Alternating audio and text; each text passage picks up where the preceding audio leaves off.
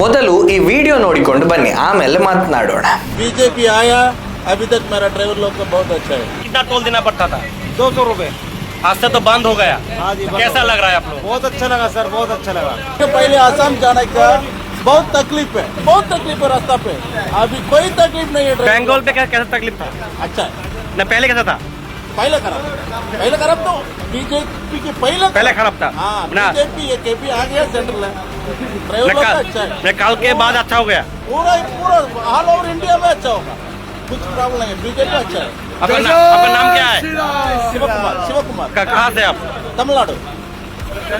Sir बहुत अच्छा लग रहा है और बीजेपी सरकार आने से और अच्छा लग रहा है. क्यों? क्योंकि इससे भ्रष्टाचार और थोड़ा खत्म होता है. यहाँ पर पहले कितना टोल देना पड़ता था? 200 रुपए. आज से तो बंद हो गया. हाँ जी. कैसा लग रहा है आप लोग? बहुत अच्छा लगा सर, बहुत अच्छा लगा. क्या नाम है आपका? नाम अमित है. यूपी से मुजफ्फरनगर. कहाँ है? जम्मू. मुजफ्फरनगर. यूपी. आप इस रोड पे कितना साल से रहे? हम परमानेंट करते हैं. करीब हम महीने में 3 बार आते हैं इधर. 3 बार आना, 3 बार जाना स्टोर से. देना पड़ता था पहले. हाँ जी. अभी आप लोग खुशी है? बहुत अच्छा लग रहा है. ನೋಡಿದ್ರಲ್ಲ, ಪಶ್ಚಿಮ ಬಂಗಾಳದಲ್ಲಿ ಬಿಜೆಪಿ ಅಧಿಕಾರಕ್ಕೆ ಬಂದ ನಂತರ ಹೇಗೆಲ್ಲ ಬದಲಾವಣೆ ಆಗ್ತಾ ಇದೆ ಅನ್ನೋದನ್ನ ನ್ಯಾಷನಲ್ ಪರ್ಮಿಟ್ನ ಟ್ರಕ್ ಡ್ರೈವರ್ಗಳು ಕಣ್ಣಿಗೆ ಕಟ್ಟುವಂತೆ ಹೇಳ್ತಾ ಇದ್ದಾರೆ. ಪಶ್ಚಿಮ ಬಂಗಾಳದಲ್ಲಿ ಈ ಹಿಂದೆ ಇದ್ದಂತಹ ತೃಣಮೂಲ ಕಾಂಗ್ರೆಸ್ ಸರ್ಕಾರದ ಆಡಳಿತದ ಸಮಯದಲ್ಲಿ ಆ ಪಕ್ಷದ ಕಾರ್ಯಕರ್ತರು ಅನಧಿಕೃತ ಟೋಲ್ ಗೇಟ್ ಅನ್ನ ರಾಜ್ಯದಾದ್ಯಂತ ನಿರ್ಮಿಸಿಕೊಂಡು ಅಕ್ಷರಶಃ ಟ್ರಕ್ ಡ್ರೈವರ್ಗಳಿಂದ ಹಫ್ತಾ ವಸೂಲಿ ಮಾಡ್ತಾ ಇದ್ರು.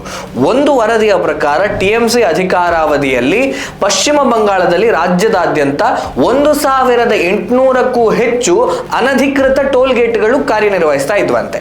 ಪ್ರತಿಯೊಂದು ಟ್ರಕ್ಗಳಿಂದ 800 ರೂಪಾಯಿಯವರೆಗೆ ವಸೂಲಿ ಮಾಡಲಾಗ್ತಾ ಇತ್ತು. ಸುವೇಂದು ಅಧಿಕಾರಿ ಅವರು ಅಧಿಕಾರಕ್ಕೆ ಬರ್ತಾ ಇದ್ದ ಹಾಗೆ ಎಲ್ಲ ಅನಧಿಕೃತ ಟೋಲ್ ಗೇಟ್ಗಳನ್ನ ಬುಲ್ಡೋಸ್ ಮಾಡಲು ಆದೇಶವನ್ನ ನೀಡಿದ್ದಾರೆ. ಇದರಿಂದ ಟ್ರಕ್ ಡ್ರೈವರ್ಗಳು ಎಷ್ಟೊಂದು ಖುಷಿಯಾಗಿದ್ದಾರೆ ಅನ್ನೋದನ್ನ ನಾವು ಈ ವಿಡಿಯೋ ಮೂಲಕವೇ ನೋಡಬಹುದು. ಪಶ್ಚಿಮ ಬಂಗಾಳದಲ್ಲಿ ತೃಣಮೂಲ ಕಾಂಗ್ರೆಸ್ ಜನಸಾಮಾನ್ಯರ ರಕ್ತವನ್ನ ಯಾವ ರೀತಿಯಾಗೆಲ್ಲ ಹೀರ್ತಾ ಇತ್ತು ಅನ್ನೋದಕ್ಕೆ ಇದೊಂದು ಜ್ವಲಂತವಾದಂತಹ ಉದಾಹರಣೆ.